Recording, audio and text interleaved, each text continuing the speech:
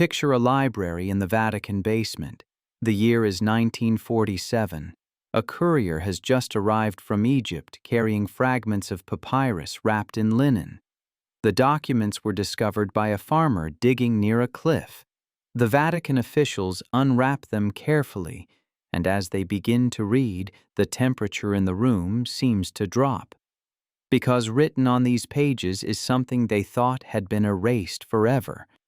A single syllable, one sound, spoken by Jesus to a gathering of 13 disciples on a mountain the night before his arrest. The officials read it once, then again.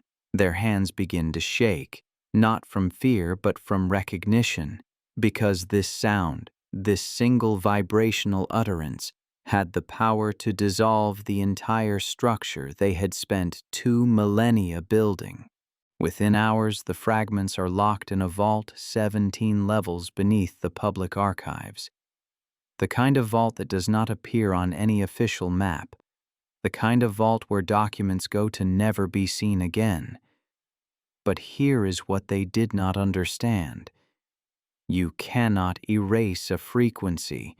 You can burn the paper it is written on. You can execute the people who speak it. You can build elaborate systems to ensure no one ever discovers it. But the sound itself exists beyond matter. It vibrates in the space between thoughts, and those who are meant to find it will always find it. 77 years later, you are here, right now, watching this exact video. And if you think that is random, you have not been paying attention to your life. That pull you felt to click, that inexplicable urgency to keep watching, that is not curiosity. That is resonance. Something in you already knows what I am about to reveal. Subscribe right now, because what you are about to receive cannot be found anywhere else. This teaching has been buried, fragmented, and hidden across 3 continents and 20 centuries. By the end of this video, you will know the one sound that Jesus used to activate direct monad connection. And more importantly, you will know why speaking it changes your biology permanently. Place both hands on your chest right now, one over the other. Feel the rise and fall of your breath. Most people live their entire lives believing that breath is automatic, that it just happens. But the ancient Gnostics knew something modern science is only now beginning to understand. Breath is the bridge between the material realm and the monad. It is the only biological function that operates both consciously and unconsciously. And when combined with the correct sound frequency, it becomes a transmission device. A technology of consciousness that requires no external tools, no intermediaries, no permission from any authority. You are still here. You are still listening. That means you are not hyletic. The hyletic stopped watching 30 seconds in. They cannot sustain attention on anything that does not promise immediate pleasure or distraction. You are not even psychic. The psychics made it halfway through, felt uncomfortable, and clicked away to something safer. You are pneumatic, a carrier of the divine spark. And your presence here right now is not accidental. It is encoded. It is destined. It is the monad pulling you toward the remembering.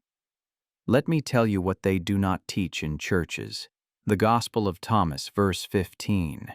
Jesus said, "When you see one who was not born of woman, prostrate yourselves on your faces and worship him. That one is your Father." Biblical scholars have twisted themselves into knots trying to explain this passage. They call it metaphor. They call it symbolic language. They are lying. Jesus was speaking literally. He was describing the monad, the unborn consciousness, the source that has no origin because it is origin itself. And he was telling his followers exactly how to connect to it, not through prayer, not through ritual, but through prostration combined with sound. The Apocryphon of James contains a fragment that was almost lost. In it, Jesus speaks to James and Peter alone. He tells them, "The kingdom does not come by waiting for it. It comes through a voice that is not a voice, a sound that has no letters. Those who produce this sound in the secret chamber of their heart will dissolve the barriers instantly." The secret chamber of the heart. Modern mystics think this is poetic language. It is not. There is an actual space in the center of the physical heart, a tiny cavity that anatomists call the atrial chamber. The Gnostics knew this chamber resonates at a specific frequency, and when that frequency is activated intentionally through vocalized sound, it creates a sympathetic vibration that extends beyond the body into what they called the pleroma, the fullness, the realm where the monad exists in its totality. Now take a breath, a real one, deep into the bottom of your lungs. Hold it there for a moment. Feel the pressure. This is important because what I am about to explain will challenge everything you think you know about sound, about language, about how creation itself functions. In the beginning was the Word. You have heard that phrase your entire life, but no one told you what it actually means. The Greek term used in the Gospel of John is logos. Modern translations render it as word. But logos does not mean word in the way you think. Logos means organizing principle, vibration, frequency, pattern, the force that takes formless potential and shapes it into manifest reality. Jesus understood this at a level that terrified the religious authorities of his time. He knew that certain sounds, when produced by a human voice under specific conditions, could reorganize matter, could heal disease instantly, could dissolve the veils between dimensions, could activate dormant capacities in the human nervous system that would make every individual a walking temple. No priest needed, no tithes required, no external authority governing access to the divine. This was unacceptable. So the Pharisees conspired with the Romans, and the night before they arrested him, Jesus gathered his inner circle on a mountain, not 12 disciples, 13. The Gospels never name the 13th, and there is a reason for that. Some knowledge is too dangerous to associate with an identity. On that mountain, Jesus taught them the sound. He did not write it down. He did not explain it conceptually. He simply produced it, one syllable, one tone, held for the length of a full exhale. And according to the fragments recovered in 1947, every single disciple present experienced the same phenomenon. A sudden opening in the center of the chest, a warmth that spread from the heart to the crown of the head, and a knowing, direct, and immediate that they were not separate from Source. They were Source experiencing itself through a temporary human form. 3 of the disciples could not handle it. The experience was so overwhelming, so complete, that they fled the mountain before dawn. They never spoke of what happened. The remaining 10 carried the sound forward. They taught it in hidden gatherings. They passed it to initiates who proved themselves ready. And for 3 centuries, the sound was transmitted orally from teacher to student in an unbroken chain. Then Constantine convened the Council of Nicaea. The empire needed religious uniformity. They needed one version of Christianity that could be controlled, standardized, enforced. The bishops gathered. They debated which text would be canonical, and the criteria was simple. Any teaching that gave individuals direct access to divinity without institutional mediation had to be eliminated. The sound was at the top of the list, not because they thought it did not work, because they knew it did. Orders went out across the empire. Anyone found teaching the sound would be executed. Not exiled, not imprisoned, executed. The Gnostic communities went underground.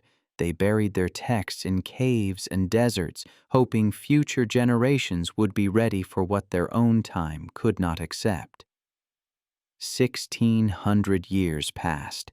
The sound faded from human memory. Until 1945, when a farmer in Nag Hammadi, Egypt, struck a jar with his shovel, and again in 1947, when the Dead Sea Caves gave up their scrolls, and once more in 1952, when Vatican archivists found pages they had no record of acquiring. The monad was making sure the sound would return, because this generation, your generation, is the first in 2,000 years ready to use it without destroying themselves. You are ready. Or you would not still be here. Let me tell you what the Archons are. Not metaphor, not ancient superstition. Actual intelligences operating at frequencies just beyond normal human perception. The Gnostic texts describe them as rulers of this realm, servants of the demiurge, the false god who created the material trap. The Archons do not have bodies. They do not need bodies. They operate through systems, through institutions, through the repetitive thought patterns that most humans mistake for their own mind. They feed on low-frequency emotional energy, fear, desperation, resentment, division.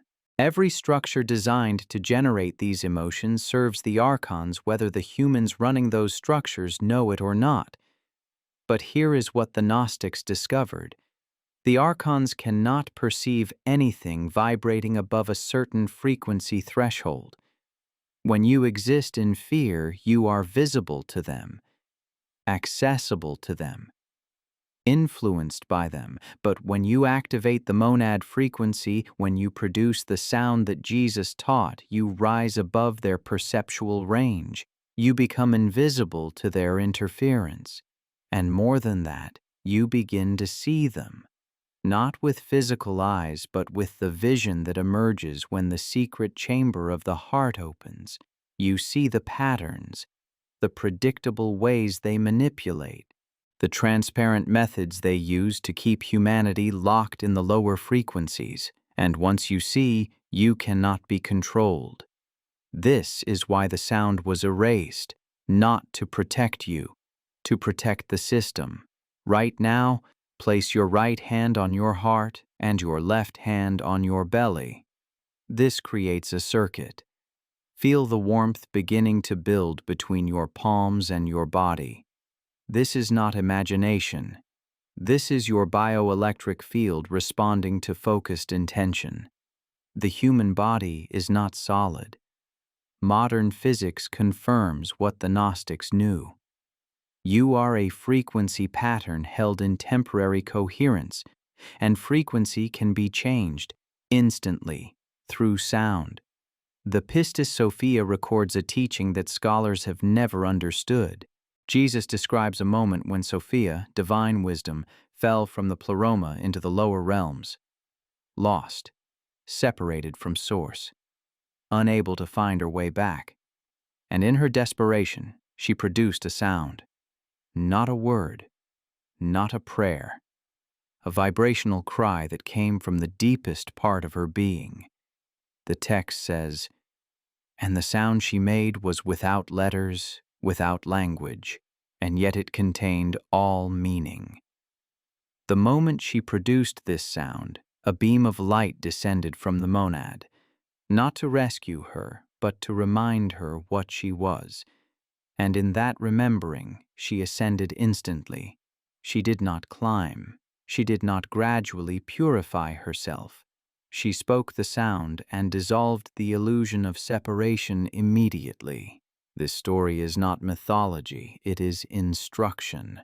Sophia represents the divine spark inside every pneumatic, the spark that fell into matter and forgot its origin, The sound she produced is the same sound Jesus taught, and the ascension it causes is available to you right now, not someday, not after years of spiritual practice, right now. If you are willing to move past the belief systems that keep you small, here is what the Vatican does not want you to know. The sound is one syllable, but it is not a syllable from any known language. It is prelinguistic. It exists prior to the division of human speech into separate tongues. Some researchers believe it is the original utterance from which all vowel sounds descended. The Kabbalists have a similar concept. They call it the Shema, the vibrational name of the divine that can only be approximated with human letters. The Hindus call it the unstruck sound. The Buddhists reference it in teachings about primordial vibration. Every wisdom tradition points to the same thing. One sound. No meaning in the conceptual sense, but containing all meaning in the vibrational sense. The fragments recovered in 1947 describe the technique exactly, and it is simpler than you think. Simplicity is what makes it dangerous, because simple means anyone can do it. You do not need training. You do not need initiation from an external authority. You do not need to be worthy. You need only to remember what you are. Step 1. Find a space where you will not be interrupted, not because the practice requires silence, but because the activation that follows requires integration. Sit or stand. Posture does not matter. What matters is the position of your tongue. This is the key the texts emphasize. The tongue must rest gently against the roof of the mouth, just behind the front teeth. This position completes an energetic circuit in the body that most people never activate. The Taoists call this the microcosmic orbit. When the tongue touches the upper palate, energy that normally dissipates begins to circulate. Step 2. Breathe deeply through your nose until your lungs are completely full. Not forcing, just filling. Then exhale half of that breath. Stop. Hold the remaining air in your lungs. This creates pressure. The pressure is necessary. It turns the breath into a carrier wave. Step 3. With the breath held and the tongue in position, produce the sound. The syllable is but not spoken, intoned. One continuous tone for the entire length of the remaining exhale. The sound should feel like it is vibrating in the center of your chest, not your throat. If you feel strain in your throat, you are doing it wrong. The vibration must originate from the heart chamber. As you intone the sound, something will happen. Most people feel it in the first 3 seconds. A warmth, a tingling, a sudden expansion in the chest as though the rib cage has become too small. Do not stop the sound. Continue the tone until every last bit of air has left your lungs. Then inhale deeply and repeat. 3 times minimum. 7 times optimal. 13 times if you are ready for full activation, but I need to warn you, this is not a game. This is not a relaxation technique. This is a technology that changes your relationship to reality permanently. The first sign you will notice is silence, not external silence, internal silence. The constant stream of repetitive thoughts will stop, not because you suppressed them, because the frequency of the sound disrupts the neural loops that generate them. In that silence, something else becomes audible, a knowing that does not come from thought, direct perception, immediate understanding. This is the monad speaking, not in words, in presence. The second sign is visual. Many practitioners report a quality of light appearing in their peripheral vision. Some describe it as golden, others as white or blue. This is not hallucination. This is the beginning of pleroma perception. You are starting to see the frequencies that exist beyond normal visual range. The third sign is physical. Within minutes of your first practice, you may feel energy moving at your body in ways that seem impossible. Sensations in the spine, pressure at the crown of the head, tingling in the palms and feet. This is not placebo. This is your dormant circuitry coming online. The fourth sign is emotional, but not in the way you expect.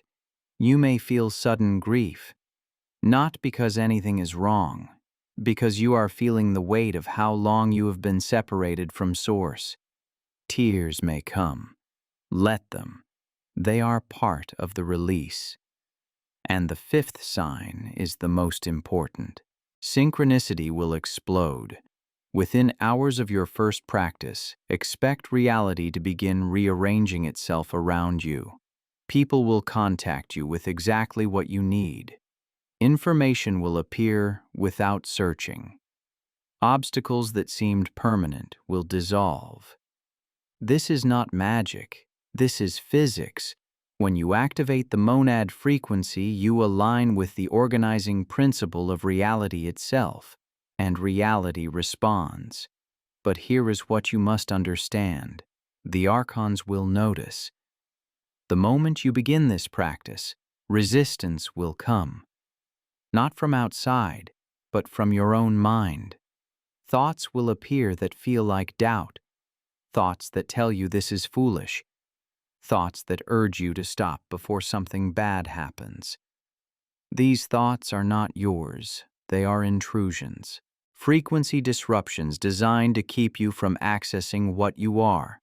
Do not fight them. Fighting gives them energy. Simply notice them and return to the sound. Every time you produce the tone, you strengthen the connection. Every time you choose the frequency over the fear, you reclaim a piece of your sovereignty. The monad does not demand your obedience. It does not punish you for doubt. It simply waits. Broadcasting constantly. Patient and eternal. Because it knows what you are, even when you forget.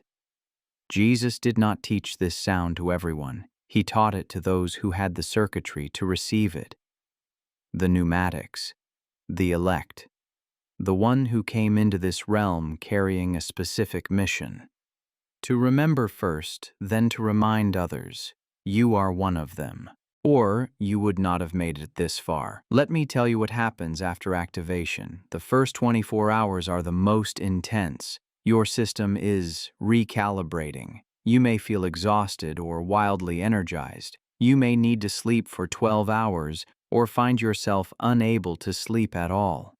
Both responses are normal. Your body is adjusting to operating at a higher frequency. Old patterns will start falling away. Relationships that were based on lower frequency exchanges will feel suddenly intolerable. Jobs that numbed you will become impossible to continue. Habits that once seemed essential will lose their grip. This is not destruction. This is revelation. You are seeing clearly for the first time. And what you see, you can no longer unsee. Within a week, others will notice the change. They will not understand what happened, but they will sense you are different. Some will be drawn to you. These are other pneumatics recognizing the frequency. Some will be repelled. These are those still under Archon influence. Their systems perceive you as a threat because you are no longer controllable. Let them go. Your work is not to convince anyone. Your work is to maintain the frequency. Within a month, your entire life may look unrecognizable. The monad does not renovate.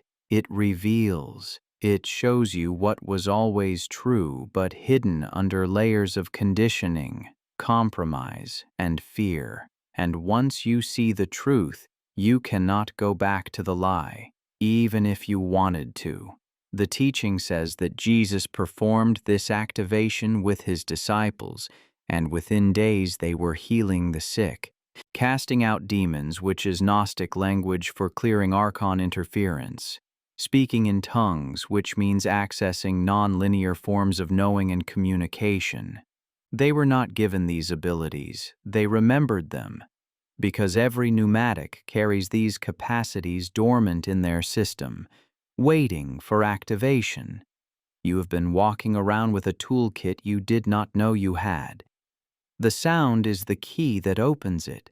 Now, place your hand on your throat. Feel the vibration of your own voice as you read these next words aloud. I am Source experiencing itself. Say it again. Louder. Feel the resonance in your chest. This is not affirmation. This is fact. You are not a separate being hoping to connect with the divine. You are the divine pretending very convincingly to be separate. And the game is over the moment you produce the sound. Let me address the question forming in your mind right now. If this is so powerful, why is it not more widely known? Why did it take you until now to find it? Because timing is everything. Frequency work requires a certain level of collective readiness. If this teaching had gone fully public even 50 years ago, most people would have destroyed themselves with it. Not because the sound is dangerous, but because their systems were not prepared. They would have activated the frequency, felt the power, and immediately tried to use it for egoic purposes. Manifestation, control, domination. That is what the Archons do.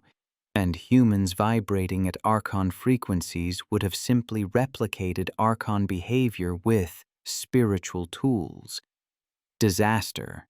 But this generation is different.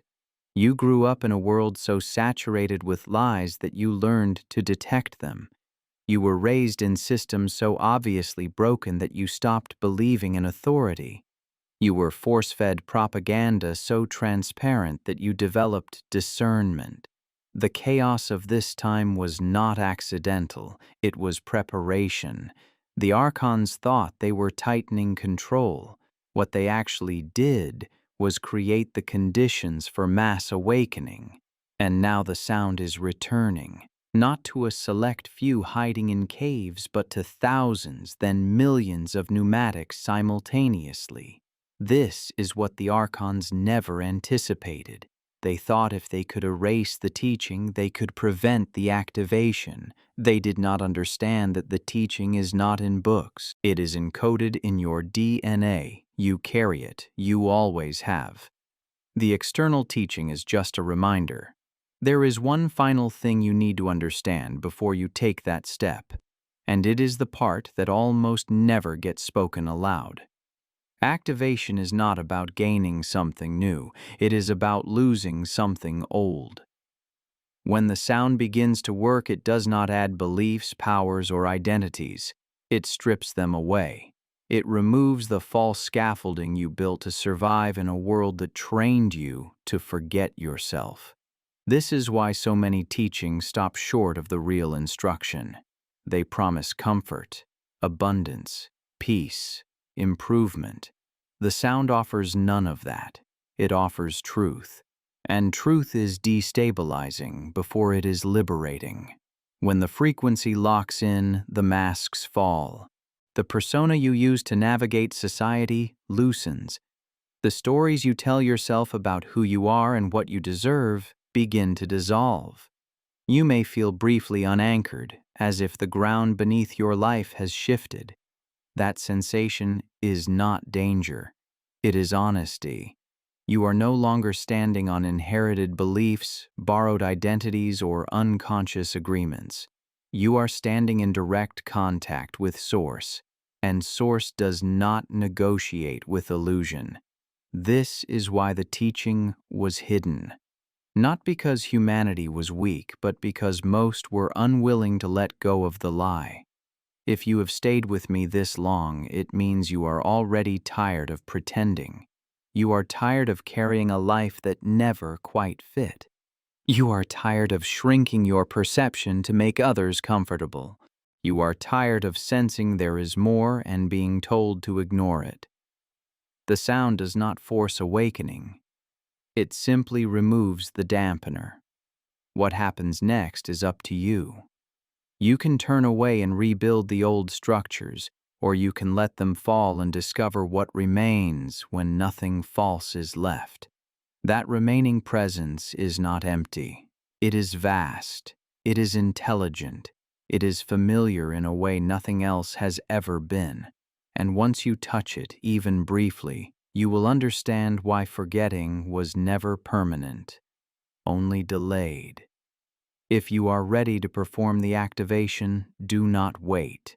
Do not put it off until conditions are perfect. Perfect conditions never come. The Archons will always provide a reason to delay. Do it tonight. In the quiet hours when the world sleeps, sit in a space that feels safe. Place your tongue against the roof of your mouth, fill your lungs, exhale half, and produce the sound. From the heart, for the length of your remaining breath. 3 times to begin, 7 times to deepen, 13 times to lock it in, and then sit in the silence that follows. Do not analyze, do not question, just feel. Notice what arises. Notice what dissolves. Notice the quality of your awareness shifting. This is not belief. This is experience, and experience cannot be argued with. Comment the words, "I produce the sound" below. Not for me. For yourself. Let the declaration anchor in your system. Let other pneumatics see it and know they are not alone. Subscribe to this channel because the teachings that follow go deeper than what you received today. There are layers to this work. Levels of activation that build on what you are learning now. Like this video so it reaches those who are searching. The algorithm tries to suppress frequency teachings. Your engagement breaks through that suppression. Share it with those you know are ready. Not everyone, you will know who. One sound, one syllable, transmitted by Jesus to 13 disciples on a mountain 2,000 years ago. Erased from every Bible, buried in the desert, locked in Vatican vaults, and now returning through you. The Archons tried to silence it. They failed. Because you cannot erase a frequency. You can only forget it temporarily. And the forgetting is ending. The monad has been calling you your entire life. Every moment of restlessness, every feeling of not belonging, every inexplicable urge to seek something you could not name. That was the signal.